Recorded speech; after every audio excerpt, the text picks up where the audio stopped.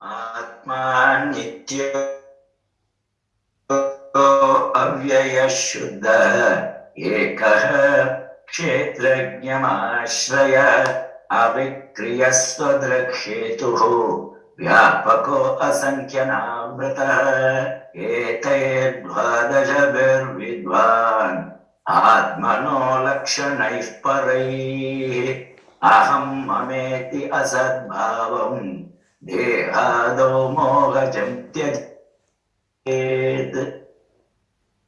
This is from Srimad Bhagavatam. This is the teaching given by, if you know what is Bhagavatam, stories of the Lord Krishna. There, one famous devotee called Prahlada is there. To him, Narada comes and tells him the characteristics of self. It's a very nice slokam. The self, Atman or myself, is eternal, free from decay, taintless, one without a second, the very knowing subject, the ground or the foundation of the entire universe, changeless, self-seeing, self-effulgent, the cause of the whole universe, all-pervading, unattached, and cannot be covered with anything. With the help of these 12 transcendental qualities of the self, a wise man should give up the false notion of I and mine springing from ignorance with reference to the body, persons, and things connected with the body. Very simple slokam. Think about these 12 qualities, then you identify with that and not identify with anything else.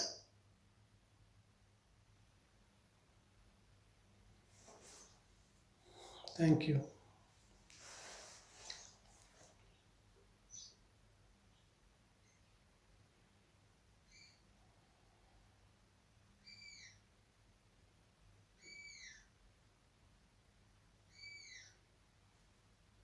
The whole issue is about identification only, misidentification. Someone can argue that I feel this body all the time. I go with this body, I talk with this body, I use my mind. People also recognize me through this body only.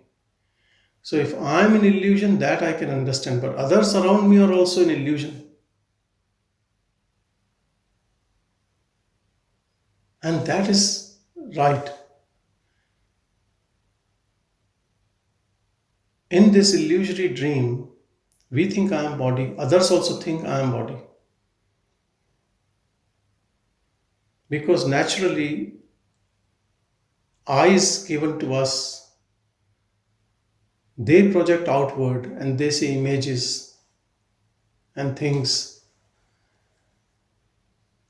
What we see, that's what we believe. And we see bodies talking, walking, interacting, and each in a peculiar way. We think they are bodies, and same we think about this body with which we have grown.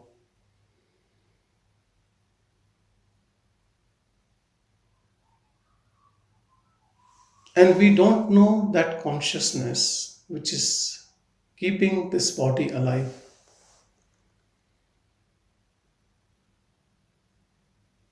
Though we all agree that when the consciousness leaves this body will be dead.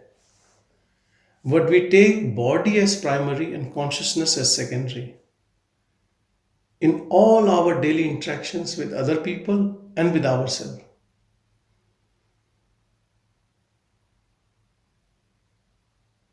If we just change this perception just a little bit, that we remember consciousness before the body, this problem can be resolved instantaneously. If our remembrance, our attention stays on pure consciousness first,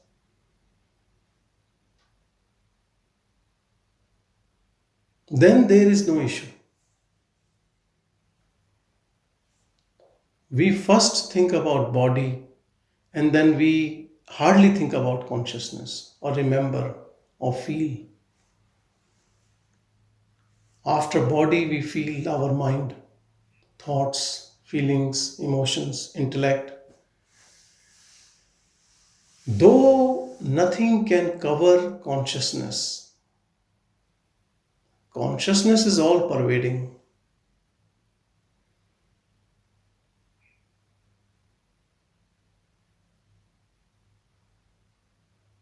And all everything which we think we are sprouts in this consciousness.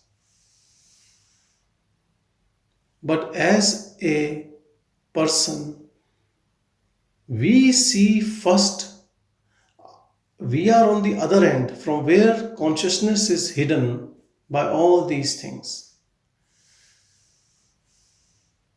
Let's say you cannot see sun because there is a cloud. So sun is hidden by the cloud.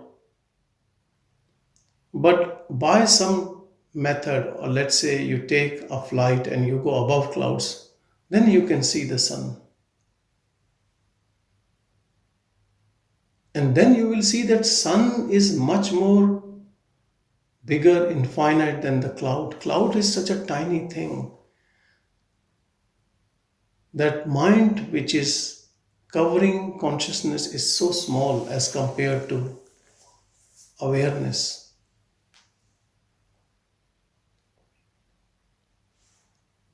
So to transcend this covering up by mind of consciousness, if we stay on ground and see sun on an outcast day, we could never see that sun. And to transcend, we need a method and we have to put efforts and we need grace, and then all this applies.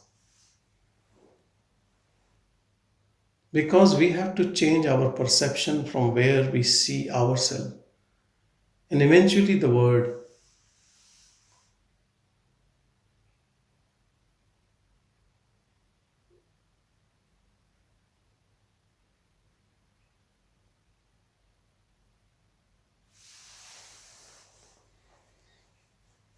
Constant inquiry is equal to constant remembrance.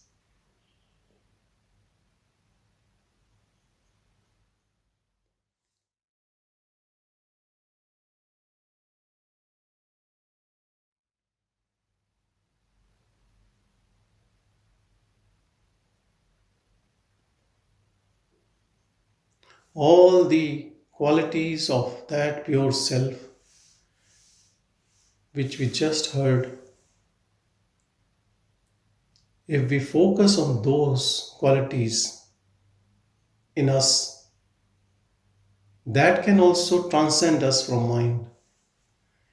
Because mind has none of those qualities.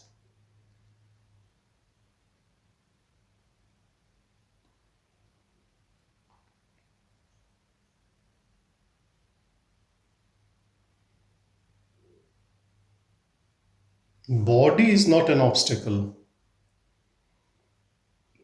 Even mind is not an obstacle. The way we perceive our perception is illusory. If we stop engaging with mind, then we can transcend.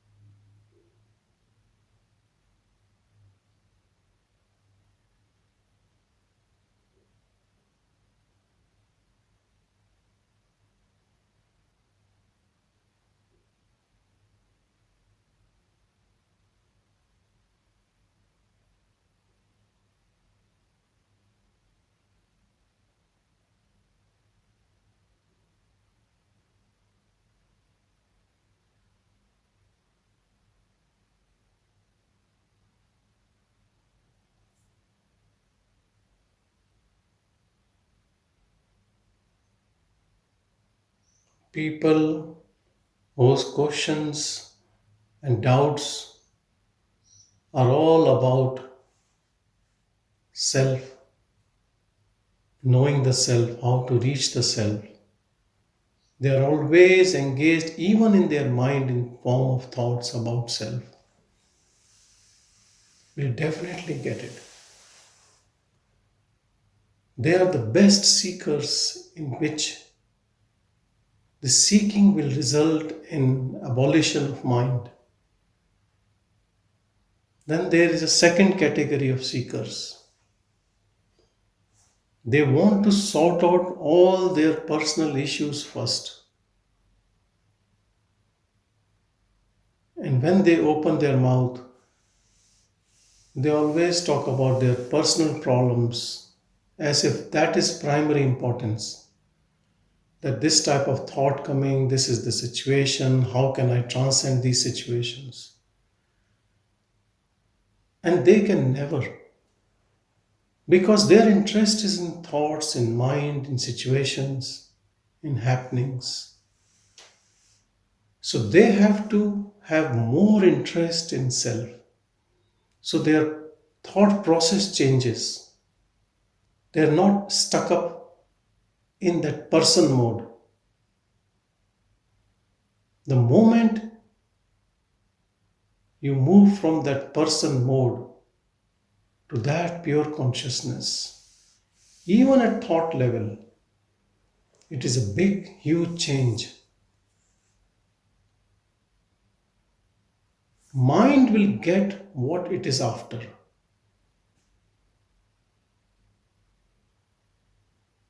That is the way they explain that nothing is impossible in this world. Whatever you strive for, you eventually will get it. And there is a proverb in Hindi which says, "Dhoondho to Bhagwan bhi milte hain," which means if you try to search, you can even find God. But your search should be sincere, constant. Then you get Bhagwan, that God within.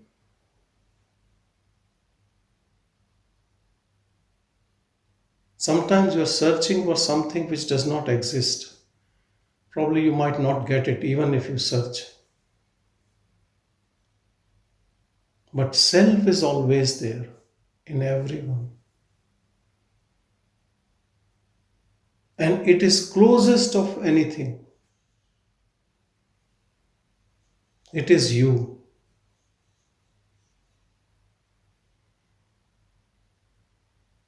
And its search is so simple. You count self first. As Bhagwan used to tell the story of 10 friends crossing the river, and they are always counting 9 because they are not counting the self. But if you count self first, pure consciousness, all the time,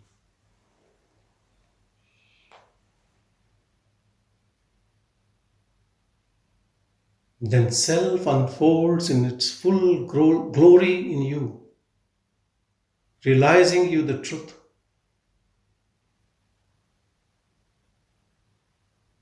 To an extent that now you can forget body, mind, intellect, word, but you cannot forget yourself. As if you have transcended everything, transcended mind, transcended that cloud which was covering this pure sun of consciousness.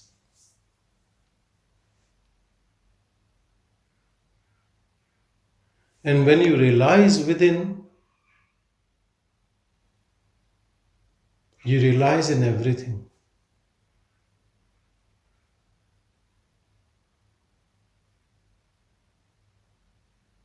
And when you realize in other things, then that self is not separate than yourself. There is only one self.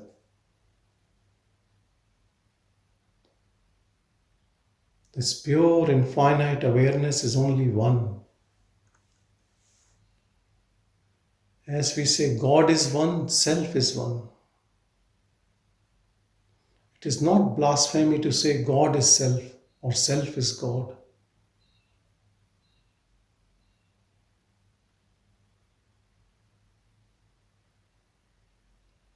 That ultimate reality is self or God.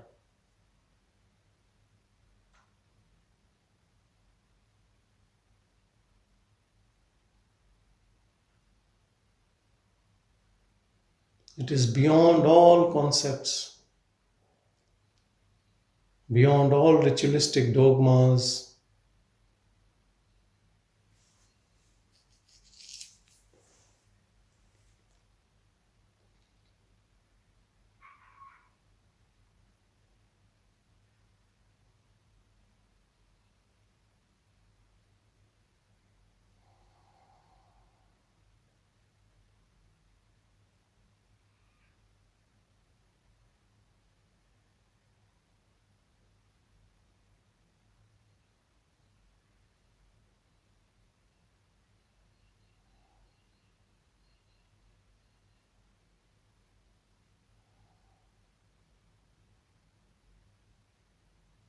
If you look into Bhagavan, which religion he belonged to,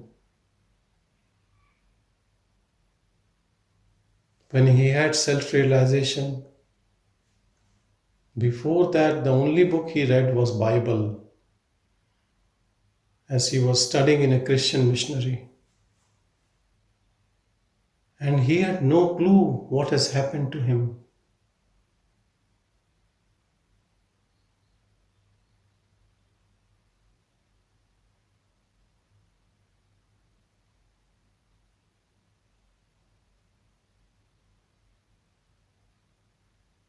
How pure his mind would be. So with small inquiry of few seconds, it finished.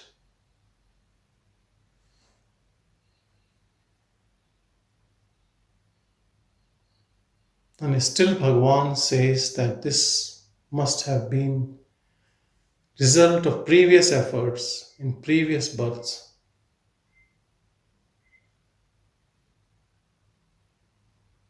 He never ever gave credit to spontaneity. Though it happened spontaneous, it always happens spontaneous with that grace. But to get up to that grace, you need effort. Effort of your interest only.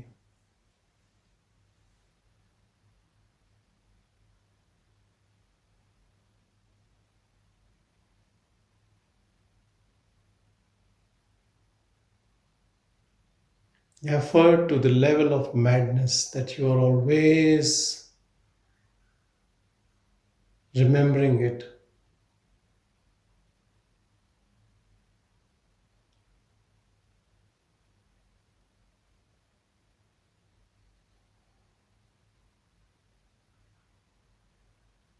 You are so vigilant that you don't step down from the pedestal of self into ego mode.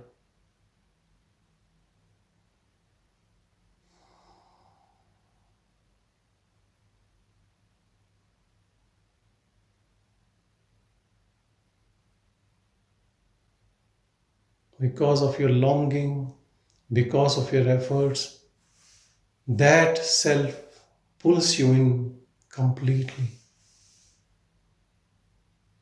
When we think we are not getting help from within, or grace is not on us, it is only trying to see how much we are interested in it.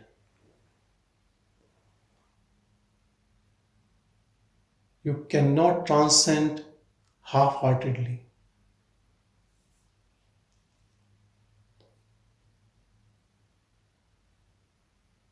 Who knows better than the self? Our thoughts, our hidden plans, agenda.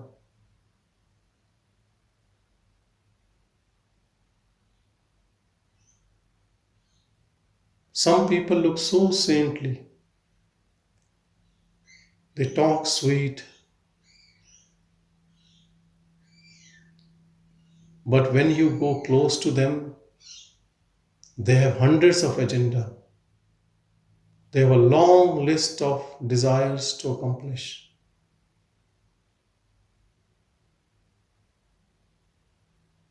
We cannot comment on anyone. We can only look within our own self.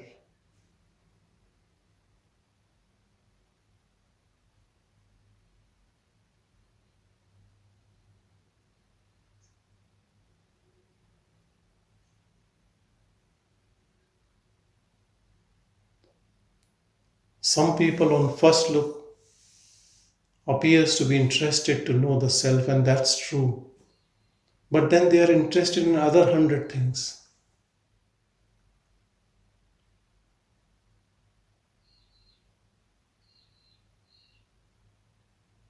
This transcendence, transformation can only happen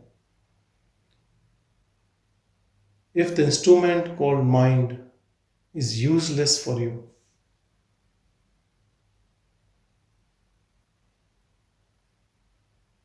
If you have no other desires left to fulfill.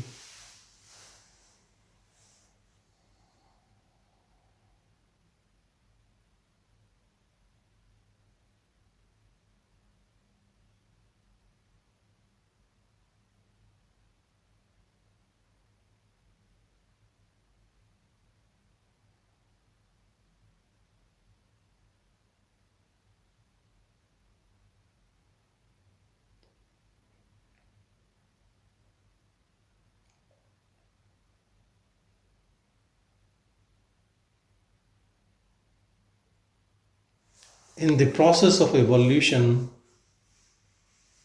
this is the last step.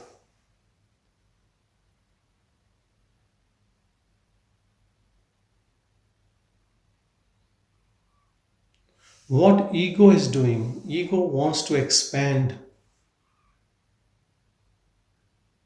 and ego knows things around it. It wants to expand in wealth, name, fame, acquiring things. Because somewhere at subconscious level, ego also knows that I am infinite.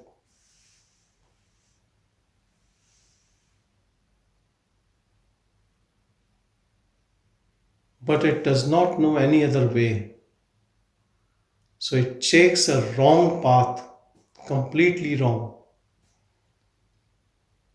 It goes out with this projection of mind,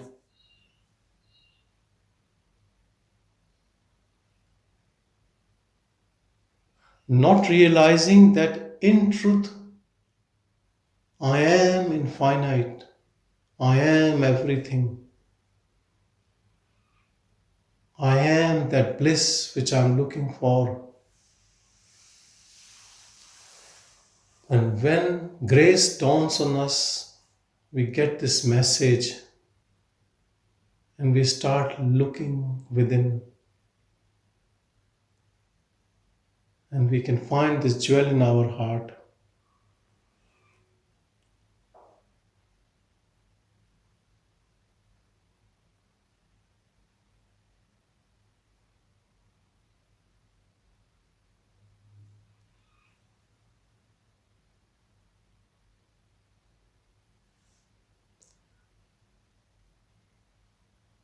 Process of evolution takes us up to human birth. From here, it is like snake and ladder game. You can go up or you can fall down again, depending on what path you take.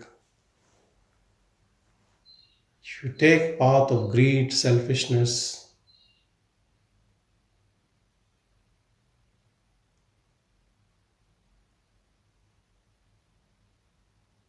there is a downfall from here.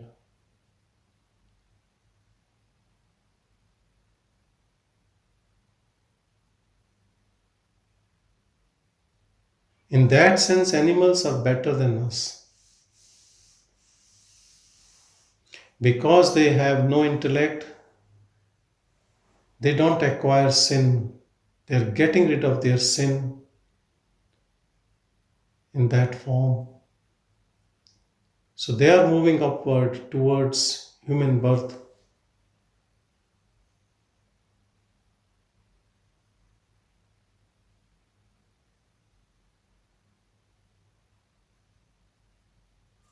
We all can look within whether we are progressing or digressing. When you digress, nothing can help us. We have lost a big opportunity from where we could take this jump, transcendental jump into Brahman, where we are out of the play.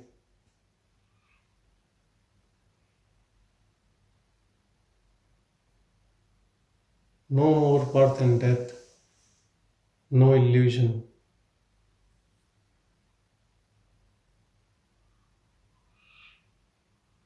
Where you enter this fearless, blissful state, which is eternal, unchanging.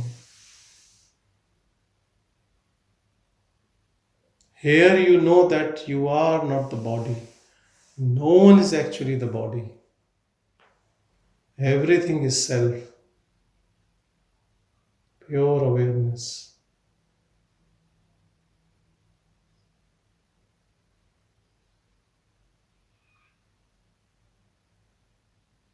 So your connection drops with everything at ego level.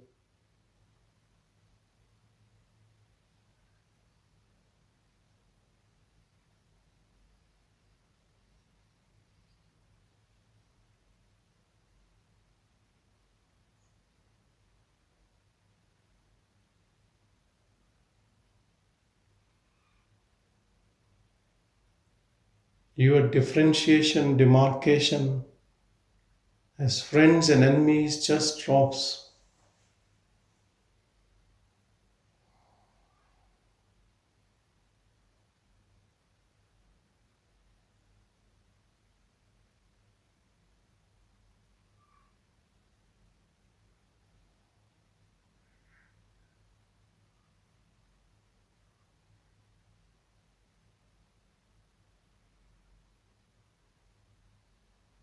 Others might still think you are body, and they observe, scrutinize how you act, dress up, eat.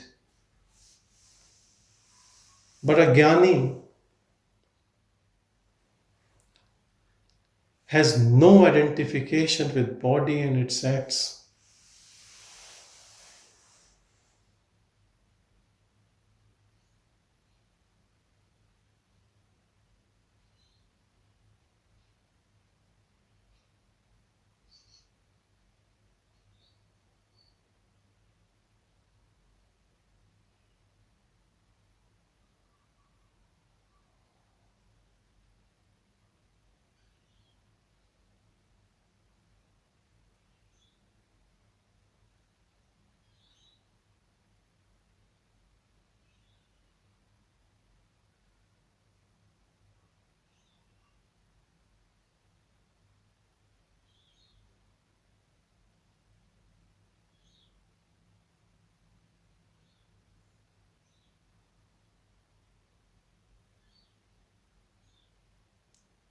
Hold on to this pure silence.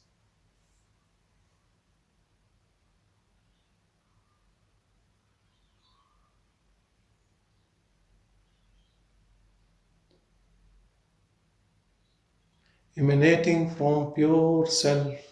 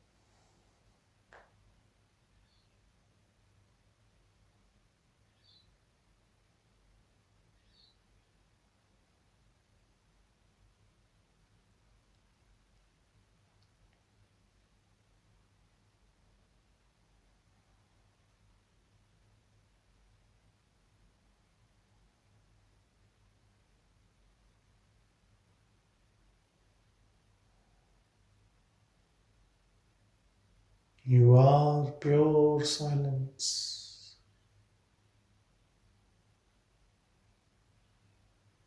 No thought is reporting to you.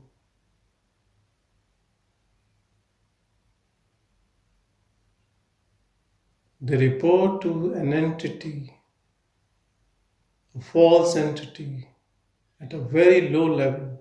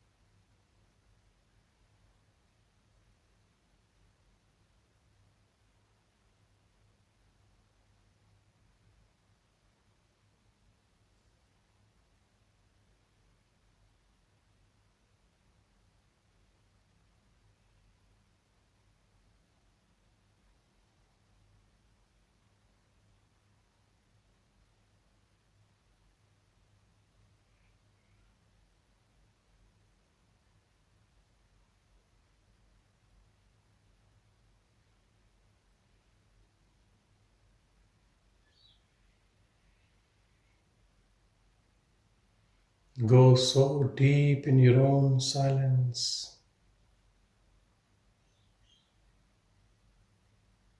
that all other things merges in it.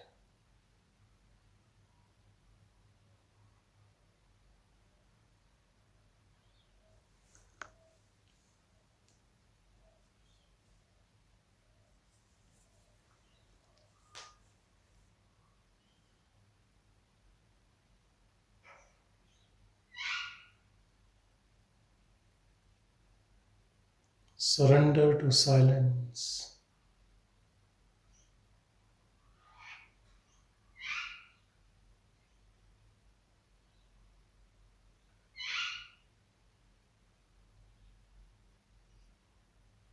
Surrender your mind to this pure silence.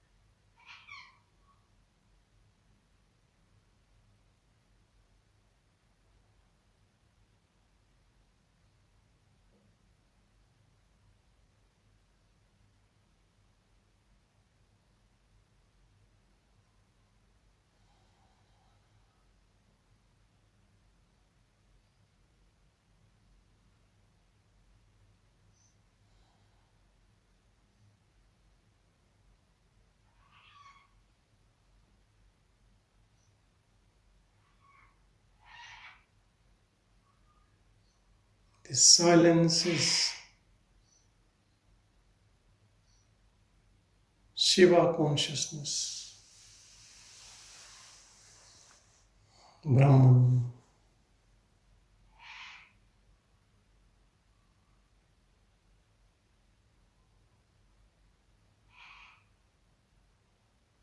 It is external to whatever we see and perceive.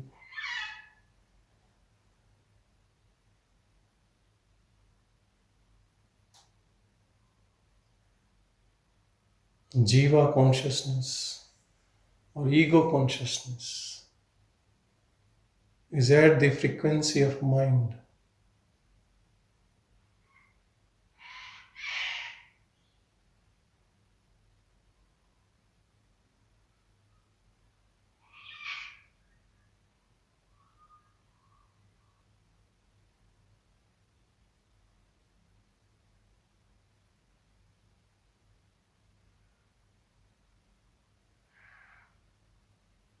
You can't call Shiva consciousness as higher plane.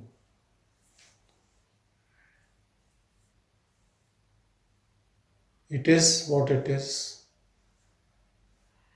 nothing beyond it.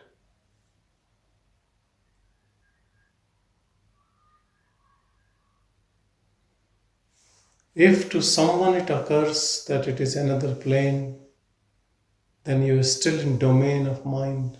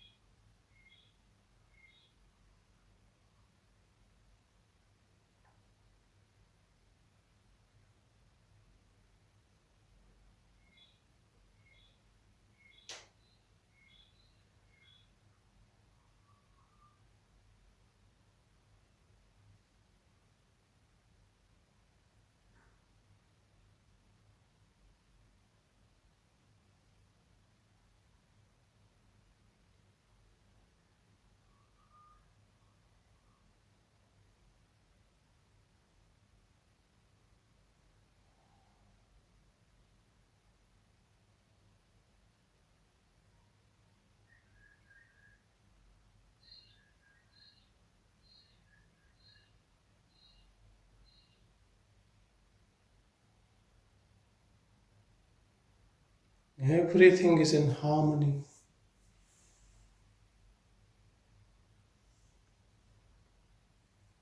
Everything is coming out of you. And you are beyond everything.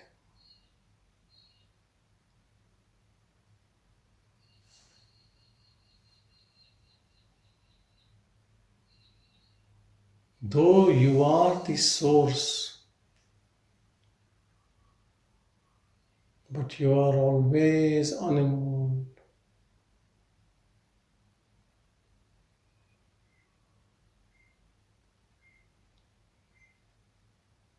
Only uninvolved can be in bliss and peace.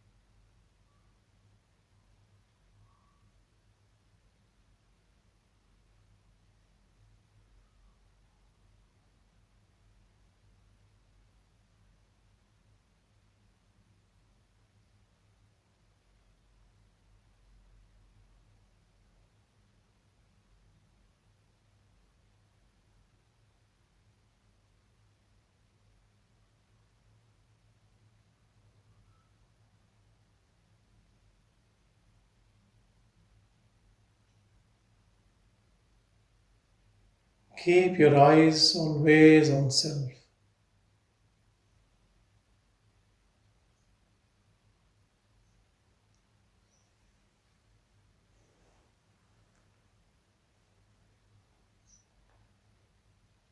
Internally,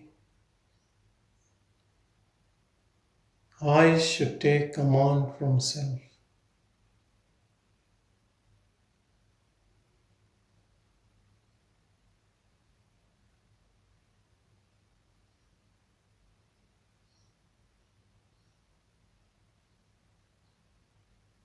Watching with its own bliss, not looking for bliss in things.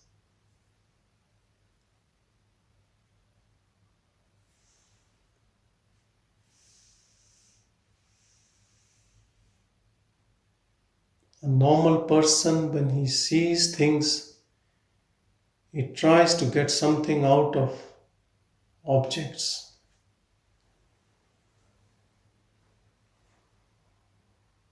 which can make him or her interested in things. Abiding in self,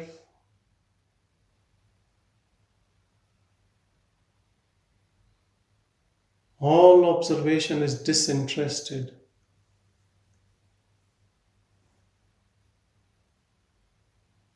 Rather than you taking anything out of objects and beings, you give that bliss in your vision. How can you be looking for bliss in objects which are insentient when you have that infinite source of bliss within you? If you've opened your own source, this is so much that you can share with the whole world, and still it will be full.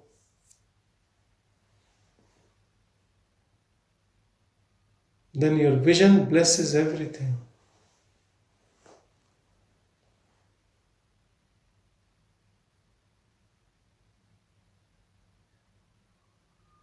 If you are choosing, selecting, manipulating, exploiting, then you are working only at ego level. Ego does all these things.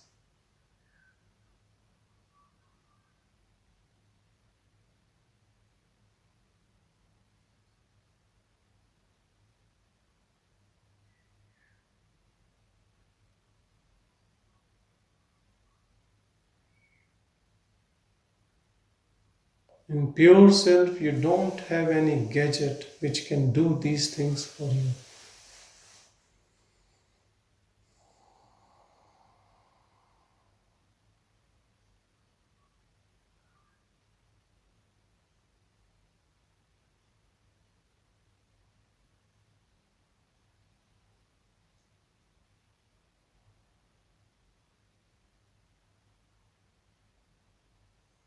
Abide in this pure silence, your own innate silence, without any thought.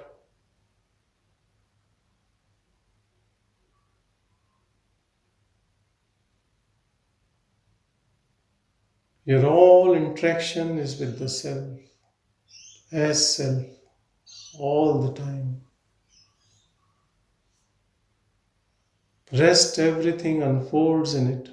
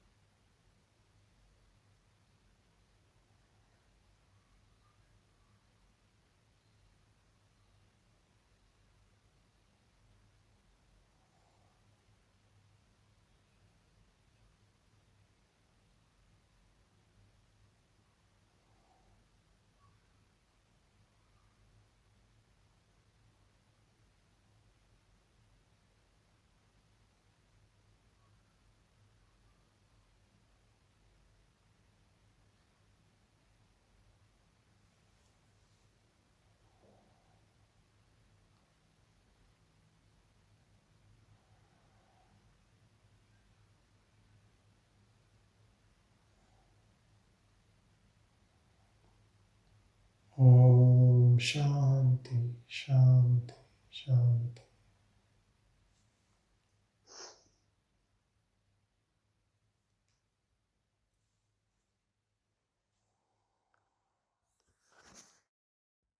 Thank you, Sanjay. Thank you, everyone.